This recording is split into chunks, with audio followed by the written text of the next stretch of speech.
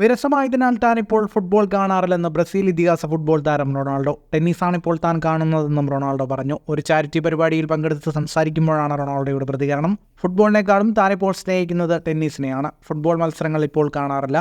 അതുവല്ലാതെ വിരസമായിരിക്കുന്നു. മണിക്കൂറുകൾ ടെന്നീസ് മത്സരങ്ങൾ കാണാൻ വേണ്ടിയാണ് താൻ ചെലവഴിക്കുന്നതെന്നും അദ്ദേഹം പറഞ്ഞു. കോപ്പ അമേരിക്കയിലെ ആദ്യ മത്സരത്തിൽ ബ്രസീലിന്റെ പ്രകടനം മോശമായിരുന്നു. ഇതിനിടയിലാണ് റൊണാൾഡോയുടെ പ്രസ്താവന എന്നതും ശ്രദ്ധേയമാണ്. നേരത്തെ ബ്രസീലിന്റെ മറ്റൊരു ഇതിഹാസ താരമായ റൊണാൾഡീഞ്ഞയും ടീമിനെതിരെ രംഗത്തെത്തിയിരുന്നു. ബ്രസീൽ ഫുട്ബോളിനെ സ്നേഹിക്കുന്നവർക്ക് ദുഃഖമുണ്ടാക്കുന്ന ടീമാണ് ഇപ്പോൾ കളിക്കുന്നത്. ഈ അടുത്ത് കളിച്ചതിൽ ഏറ്റവും മോശം ടീമാണിത്. ബ്രസീൽ ടീമിലെ കളിക്കാരെല്ലാം ശരാശരി നിലവാരം മാത്രമാണ് പുലർത്തുന്നതെന്നും അദ്ദേഹം ആരോപിച്ചിരുന്നു. കുട്ടിക്കാലം മുതൽ തന്നെ ഫുട്ബോളിനെ പിന്തുടരുന്ന ഒരാളാണ് താൻ. ഒരു കളിക്കാരനാവുക എന്നതായിരുന്നു തൻ്റെ ലക്ഷ്യം.